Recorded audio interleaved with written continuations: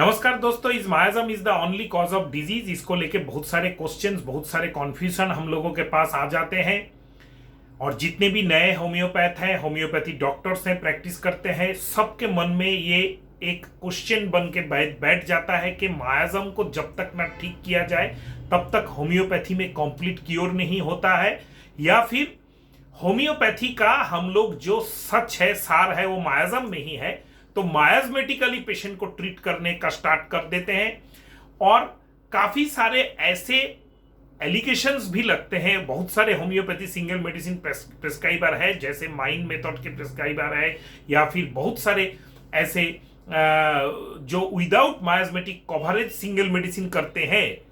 Repertory के प्रेस्क्राइबर भी काफी सारे हैं, कीनोट प्रेस्क्राइबर भी काफी सारे हैं। इनको जो क्लासिकल मायाजमेटिक प्रेस्क्राइबर है, जैसे मैं एक क्लासिकल मायाजमेटिक प्रेस्क्राइबर हूं, तो ऐसे क्लासिकल मायाजमेटिक प्रेस्क्राइबर बोलते हैं कि तुम लोग जो सिंगल मेडिसिन कर रहे हो, ये सुपरफिशियल पैलिएशन हो रहा है, इससे बीमारी ठीक नहीं होता है। तो सच क्या है? ये जो कॉन्फ्यूजन है मायाजम and homeopathy, मायाजम and homeopathy cure, इसका फर्स्ट ऑफ ऑल हम लोगों को समझना चाहिए कि हैनीमैन ने अपने लाइफ टाइम में डिजीज को क्लासिफिकेशन किया था। और ये जो डिजीज क्लासिफिकेशन है, ये होम्योपैथी में बीएचएमएस कोर्स में पढ़ाया जाता है। काफी सारे एफोरिज्म्स में इसको हम लोग डिजीज को क्लासिफाइड कर लेते हैं। और ऑर्गानम के जितने भी बुक्स हैं मार्केट में अवेलेबल, उन सब में आपको डिजीज क्लासिफिकेशन मोर और लेस मिल जाएगा। थोड़ा सा एक्यूरेट होने के लिए मैं एक ऑथेंटिक बुक फॉलो करता हूं। डॉक्टर रमन लाल पटेल का एक बुक आता है, the art of case taking and practical representation in homeopathy. ये 1998 का बुक है। ऐसा दिखता है ये बुक। थोड़ा सेल्फी कैमरा है तो उल्टा पिक्चर आ रहा है। ऐसा ये पिक्चर बुक दिखता है, और ये केरला से पब्लिश होता है, और शायद अभी मार्केट में अवेलेबल नहीं है, but it is a most authenticate book in homeopathy. अगर अवेलेबल है, आप लोग खरीद के पढ़ सकते हैं। लेकिन मेरा जो कहना है वो है कि ये जो क्लासिफिकेशन ऑफ डिजीज है, इसको अगर हम लोग समझ जाते हैं, हम लोगों को पता चल जाएगा कि मायाजमेटिक ट्रीटमेंट कहां पे देना है, मायाजम को इंपॉर्टेंट कहां पे देना है, और कहां पे मायाजम को इंपॉर्टेंट नहीं देना है। क्योंकि ऐसे काफी सारे बीमारी है जहां पे आपको मायाजम का अंदर में घुसना नहीं है, और बहुत सारे बीमारी है जहां पे आपको मायाजम का इंपॉर्टेंस देना है, उसको ठीक करने का कोशिश करना है। ऐसे तो मैं एज ए डॉक्टर, मैं क्लासिकल मायाजमेटिक जो प्रैक्टिस है वही करता हूं, लेकिन जितने भी माइंड मेथड है, सेंसेशन मेथड्स है, रिपर्टरी होलिस्टिक अप्रोच है, फुल रिपर्टराइजेशन का अप्रोच है, सब कुछ को मैं एक टूल, एक आर्म्स के तरह यूज करना चाहता हूं। सब कुछ हम लोगों को सीखना चाहिए, जब जो जरूरत पड़े तब। कीनोट प्रिस्क्रिप्शन भी हम लोगों को सीखना चाहिए। तो आज मैं यहां पे आपके साथ डिस्कस करूंगा इस वीडियो में कि ये जो क्लासिफिकेशन ऑफ द डिजीज है, यहां पे कौन सा डिजीज को कैसे हम लोग पकड़े और कैसे हम लोग इसको ट्रीटमेंट करें। तो स्टार्टिंग में अगर डिजीज को हम लोग दो हिस्सों में डिवाइड कर सकते, कोई भी बीमारी। एक होता है इंडिस्पोजिशन, जिसको बोला गया है 150 नंबर एफोरिज्म में, और दूसरा various type of diseases, dynamic diseases. तो इंडिस्पोजिशन किसको बोला जाता है? मतलब कोई डायटरी एरर, कोई भी ऐसा उल्टा पुल्टा आपके साथ हुआ है जिसका इफेक्ट से आपको एक कष्ट शरीर में हुआ है। कल ज्यादा खाना पार्टी में खा लिए थे, आज सुबह पेट फूल गया। कल मैंने बर्गर ज्यादा खा लिया था, आज पेट में दर्द हो रहा है। कल मैंने ऐसा हाथ ऊंचा करके कोई चीज उतारने का कोशिश कर रहा था, आज यहां पे दर्द हो रहा है। ऐसे टाइप के जो भी acute irregularity in mental physical level, mental भी हो सकता है। कल ज्यादा गुस्सा हो गया था, आज सारा दिन वीकनेस फील हो रहा है। मम्मी ज्यादा गुस्से में चीख चिकाते हुए बच्चे को ब्रेस्ट मिल्क पिला दिया, उसके बाद बच्चे में उल्टी स्टार्ट हो गया। तो ऐसा होता है अक्सर। इसको इंडिस्पोजिशन बोलता है। इसको dynamic derangement of your vital force नहीं हुआ है, पैलिएशन सप्रेशन आप में नहीं हुआ है। इसको हम लोग यहाँ पे मायाजम का जरूरत कुछ भी नहीं है। जो कीनोट रेमेडी आपका आएगा, जैसे एज पर एग्जांपल हाथ ऊंचा करके कुछ लेने का कोशिश किया, उसके बाद से दर्द, आप बेझिझक रास्टक्स दीजिए। अगर आर्निका इंडिकेटेड हो तो आर्निका दीजिए, इंडिकेशंस के बारे में बाद में आएंगे। तो यहाँ पे आप कहीं पे नाक्सवोमी का दीजिए, कहीं पे पाल्सेटिला दीजिए, जो भी है आप दीजिए, पेशेंट 1-2 दिन में ठीक हो जाएगा। Now coming to dynamic disease. Dynamic disease में acute disease, chronic disease. Acute disease 72, 73, 152 aphorism. Acute disease मतलब जो बीमारी आपका तुरंत हुआ है, किसी भी कॉज से हुआ है, तुरंत 1-2 घंटा 1-2 दिन में हुआ है, आइदर 1-2 दिन में ठीक हो जाएगा या फिर इतना सीवियर हो जाएगा कि पेशेंट मर भी सकता है। कॉम्प्लिकेशंस एक्यूट डिजीज में भी होते हैं। नाउ एक्यूट डिजीज कौन है? इंडिविजुअल, मतलब एक व्यक्ति को हुआ है, जैसे इन्फ्लुएंजा हुआ, फ्लू लग गया, कुछ भी हुआ। एपिडेमिक होता है, जैसे कुछ ही दिनों पहले हम लोगों ने देखा जो महामारी हुआ था, ये एपिडेमिक स्पोराडिक सब था। तो एपिडेमिक डिजीज एक होता है, एक एरिया में बहुत सारे पेशेंट को अफेक्ट कर दे। स्पोराडिक डिजीज मतलब थोड़ा गैप दे दे के एक ही एरिया में बहुत, थोड़ा यूपी में हुआ, बिहार में हुआ, बंगाल में हुआ, ऐसा करके भी हो सकता है। तो ये जो है individual acute disease, acute fever, acute diarrhoea, acute headache, इसमें लेटेंट सोरा एवोकेंड हो जाता है। मतलब यहां पे मायाजम स्टार्ट हो रहा है, लेटेंट सोरा यहां पे आपका एक्टिवेट हो रहा है। अगर आप एलोपैथी या दूसरा कोई सप्रेसिव ट्रीटमेंट करें, लेटेंट सोरा आपका दब जाएगा, आपका कोई क्रॉनिक डिजीज का प्रॉब्लम स्टार्ट हो सकता है, तब आपको एंटीमायाजमेटिक रेमेडीज का जरूरत पड़ता है। लेकिन एक्यूट डिजीज में कॉम्बैट करने के लिए आपको खाली location, sensation, modality concomitant without any मायाजम, patient का कॉजेशन कैसे हुआ, लोकेशन कहां पे दर्द है, क्या हुआ, सेंसेशन क्या लग रहा है तुमको, फीलिंग, मोडालिटी कब बढ़ रहा है, कब कम हो रहा है, और कॉन्कोमिटेंट इसके साथ क्या हो रहा है, बस यही सिम्टम्स आपको लेना है, मायाजम नहीं लेना है। अगर सिक्वेली है एक्यूट डिजीज का, एपिडेमिक हो, स्पोराडिक हो, या फिर एक्यूट इंडिविजुअल हो, सिक्वेली मतलब ये होने के बाद, बुखार के बाद से, इन्फ्लुएंजा के बाद से, डायरिया के बाद से, मीजल्स के बाद से, चिकन पॉक्स के बाद से, टाइफाइड के बाद से, कुछ भी हुआ, इसके बाद से मुझको ये प्रॉब्लम ठीक नहीं हो रहा है, then you can use antimiasmatic medicine. Now coming to chronic disease. तो सब कोई जानता है क्रॉनिक डिजीज में मायाजम का इंपॉर्टेंस है, और मायाजम हम लोगों को क्रॉनिक डिजीज में कवर करना चाहिए। आइए देखते हैं कि सच्चाई क्या है। क्रॉनिक डिजीज 2 टाइप के डिवीजन हुए हैं पहले, diseases with fully developed symptoms, diseases with few symptoms, one sided diseases. तो diseases with fully developed symptom मतलब जितने भी क्रॉनिक केसेस आप जानते हैं जो होम्योपैथी डॉक्टर के चेंबर में आते हैं, ब्रोंकियल एज्मा से लेके, माइग्रेन से लेके, गैस्ट्रिक कोई भी एलिमेंट से लेके, फैटी लिवर से लेके, डायबिटीज से लेके, कुछ भी, आर्थराइटिस से लेके, कुछ भी नाम अप टू कैंसर तक, सब कुछ ये diseases with fully developed symptoms है। इसमें भी मायाजमेटिक, नॉन मायाजमेटिक है दोस्तों। ट्विस्ट यहां पे है, देखिए, नॉन मायाजमेटिक आर्टिफिशियल और स्यूडोक्रॉनिक डिजीज बोला गया है। नॉन मायाजमेटिक आर्टिफिशियल स्यूडोक्रॉनिक डिजीज किसको बोला जाता है? हैबिट्स एंड लिविंग, मतलब वहां पे इंडिस्पोजिशन था, यहां पे हर रोज इंडिस्पोजिशन, मतलब हर रोज मैं अल्कोहल लेता हूं, मेरा आर्थराइटिस का पेन है लेकिन मेरा घर जो है वो डैम्प है, मुझको एज्मा है लेकिन मैं हर रोज डास्टी एरिया में ही काम करता हूं।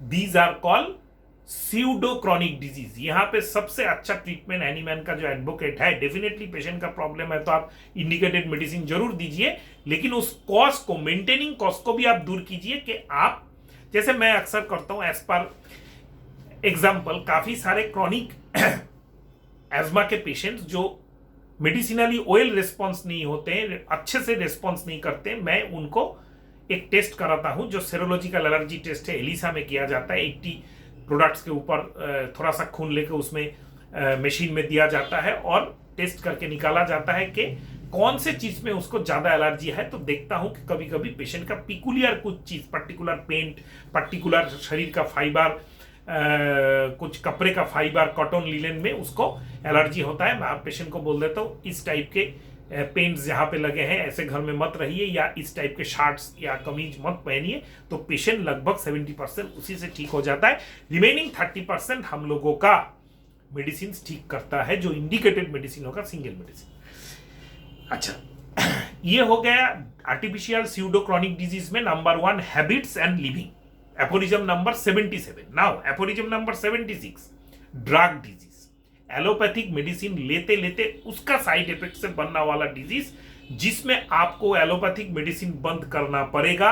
इसके ऊपर भी मेरे चैनल पे वीडियो आएगा, चैनल को जरूर सब्सक्राइब करके रखिए कि how to withdrawal allopathic medicine for a particular cases.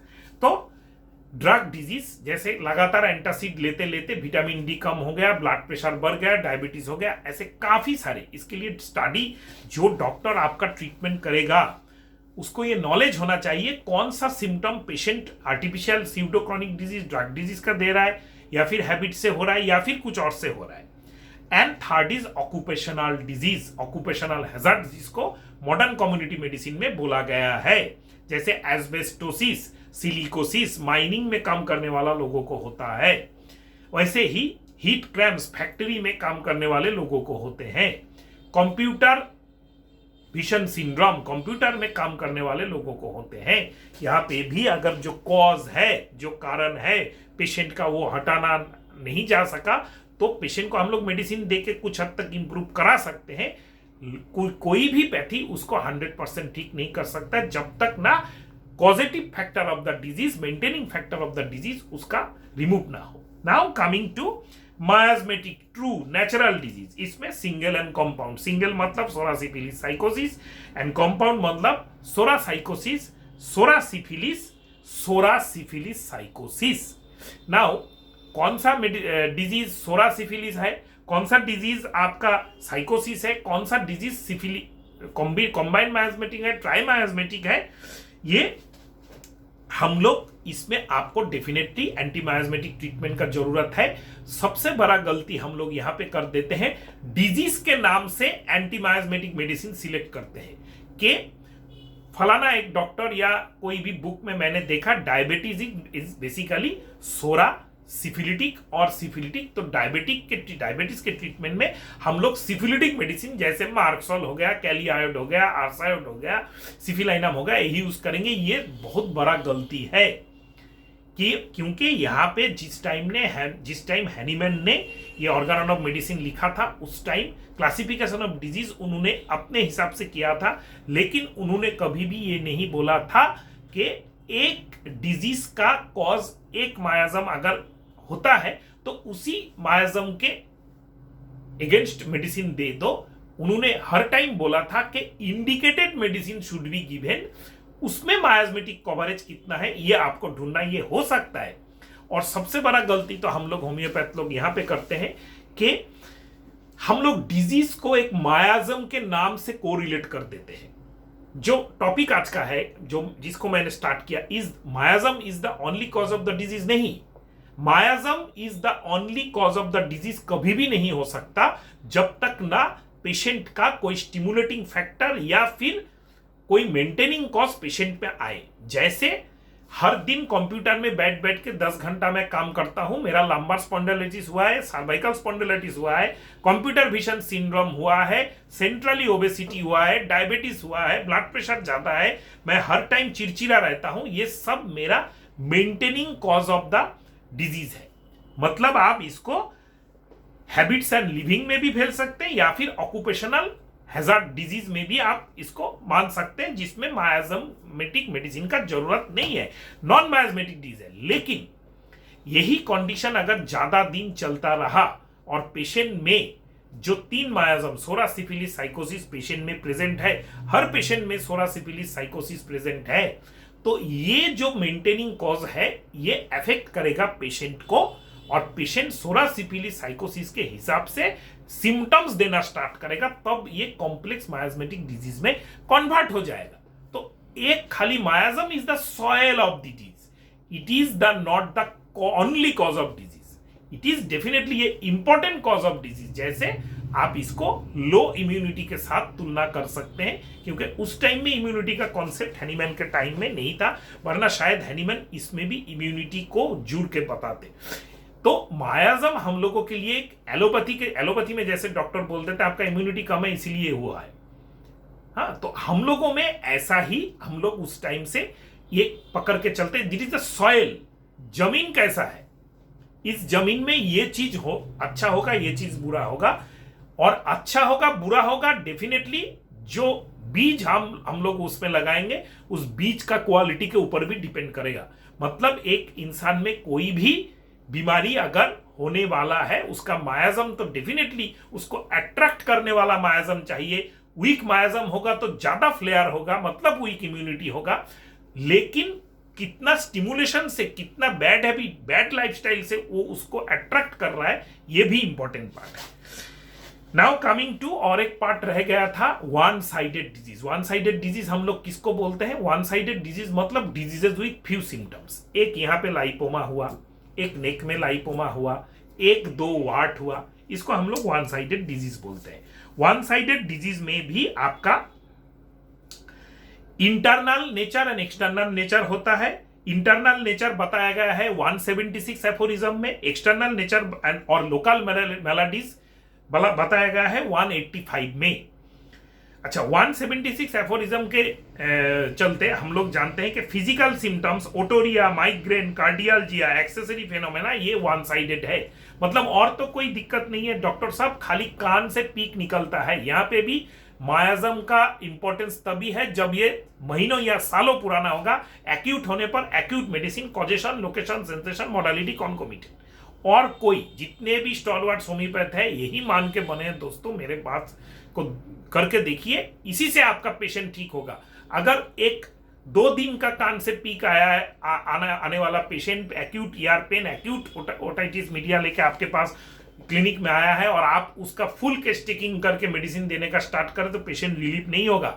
Only causation, location, sensation, concomitant लेके आपको पेशेंट को सिम्टम मेडिसिन देना है, चाहे वो एकोनाइट हो, चाहे वो बेलेडोना हो, चाहे वो साइलेशिया हो, चाहे वो हिपरसल हो। Now coming to mental symptoms with internal nature one sided mental symptoms. जैसे अक्सर आजकल हम लोगों के पास पेशेंट आके बोलते हैं डॉक्टर साहब मुझको ओसीडी हो चुका है। हम क्यों? तो डॉक्टर साहब मुझको, मैं हर रोज रात को सोने के पहले घर का दरवाजा ठीक से बंद है कि नहीं 10 बार चेक करता हूं। और आप कितने दिन से कर रहे हैं? 3-4 महीने से कर रहा हूं। यह है वन साइडेड मेंटल सिम्टम्स वाला डिजीज। इसमें भी आप मेडिसिन देंगे लेकिन एकदम डीप मायाजमेटिक मेडिसिन नहीं। इसमें आप जो देंगे वो है superficial symptomatic medicine, single medicine, क्योंकि यहां पे रिक्वायरमेंट नहीं है। अगर ये 15 साल पुराना केस होता, 15 महीना पुराना केस होता, इसके साथ और सिम्टम्स होता, तो आप मायाजमेटिक मेडिसिन में फुल केस टेकिंग में जाएंगे। देखिए, मेंटल सिम्टम्स विथ 210 एफोरिज्म में बताया गया। इसको भी डिवीजन हैनीमैन ने उस टाइम कितना सुंदर किया था। रिजल्टेड फ्रॉम कॉर्पोरियल डिजीज, एक शरीर में प्रॉब्लम है उसके लिए mental depression. Resulted from temper flight, मतलब बहुत ज्यादा डर लग गया उसके बाद से पैल्पिटेशन हो रहा है, एकोनाइट। बहुत ज्यादा हैप्पी एक न्यूज सुना है उसके बाद से मेरा नींद उड़ गया है, जेलसीमिया, ये one sided disease. Resulted from sudden impulse anxiety और बैड एडुकेशन, मतलब जैसे मैंने एक वीडियो देख लिया था सोशल मीडिया में जिसके बाद से डर से मेरा नींद नहीं आ रहा है, आर्सेनिका एल्बम। तो ऐसे बहुत सारे केसेस आपके पास ऐसे वन साइडेड डिजीज वाले आएंगे जिसमें मायाजमेटिक मेडिसिन देने का जरूरत नहीं है। Now coming to external nature of the local malady, surgical disease, pure surgical disease, partial surgical disease. कुछ ऐसे ट्यूमर, कुछ ऐसे शरीर में ग्रोथ होते हैं जिसको सर्जरी जरूरी है कराना, अदरवाइज इट में कन्वर्ट इनटू कैंसर और प्रेशर सिम्टम क्रिएट करके दर्द बढ़ा सकता है। और बहुत सारे ऐसे केसेस हैं जिसको हम लोग ठीक भी कर सकते हैं। तो ये डिपेंड करता है आपके नॉलेज में के ऊपर। नॉन सर्जिकल प्रॉब्लम जैसे ऑस्टियोमा, लाइपोमा, वार्ड्स, मोल, जिसको होम्योपैथी में अच्छे से हम लोग ठीक कर सकते हैं। इतना सारा जानने के बाद, तब स्टडी करने के बाद, तब आप में कॉन्फिडेंट आएगा कौन सा बीमारी में हम लोगों को कैसे ट्रीट करना है, कौन से बीमारी पेशेंट लेके आया है, पेशेंट जो सिम्टम्स बोल रहा है उसका कॉज क्या है, कितने दिन से हो रहा है, ट्रूली डायनामिक डिजीज है या फिर नहीं है, वन साइडेड है या फिर नहीं है। Actually it is not very tough. अगर डिजीज का क्लासिफिकेशन आपको याद रहेगा, आप सोचेंगे समझेंगे इसको, और कहाँ पे आपको एक्यूट प्रिस्क्रिप्शन करना है, कहाँ पे एकदम एक्यूट सिमिलर मेडिसिन देके पेशेंट को सरफेस से वहां पे सिम्टम्स हटाना है, तब पेशेंट शांत हो जाएगा, पेशेंट अपने आप ठीक हो जाएगा। वो सिम्टम्स, वो रिपीटेशन उसका क्रॉनिक डिजीज में कन्वर्ट नहीं होगा। और जहां पे क्रॉनिक डिजीज आया है, जहां पे आजकल का एलोपैथिक मेडिसिन देके उसको सप्रेशन किया गया है, 2-4 महीना हो, 2-4 साल हो, जहां पे पेशेंट का वाइटल फोर्स उस लेवल पे डिरेंज हुआ। अभी पेशेंट, आप लोग क्वेश्चन करना स्टार्ट करेंगे, वाइटल फोर्स डिरेंज हुआ है, हम लोग समझेंगे कैसे। देखिए, जितने भी ऐसे पेशेंट है जो बहुत दिन से सफर कर रहे हैं, इधर एलोपैथी मेडिसिन, आयुर्वेदिक मेडिसिन लिए हैं या नहीं लिए हैं, अगर लिए हैं तो हम लोग उसको सिम्टम सप्रेशन ही मानेंगे, और रिपीटेशन ऑफ द प्रॉब्लम उनका ज्यादा हो रहा है, रिपीटेडली कुछ महीनों से, कुछ सालों से हो रहा है, इन सब में मायास्मेटिक ट्रीटमेंट का जरूरत होता है, अदरवाइज नहीं होता है। अगर आपके कुछ डाउट है इस टॉपिक के ऊपर, डेफिनेटली वीडियो के नीचे कमेंट बॉक्स में कमेंट कीजिए। हर इंक्विजिटिव कमेंट का मैं कोशिश करता हूं आंसर देने का। और अगर नए हैं चैनल में, चैनल को सब्सक्राइब करके बेल आइकन को प्रेस कीजिए, क्योंकि ऐसे utilityful homeopathy educational topic and others homeopathic topic मैं आप लोगों के लिए लेते आता हूं। नमस्कार।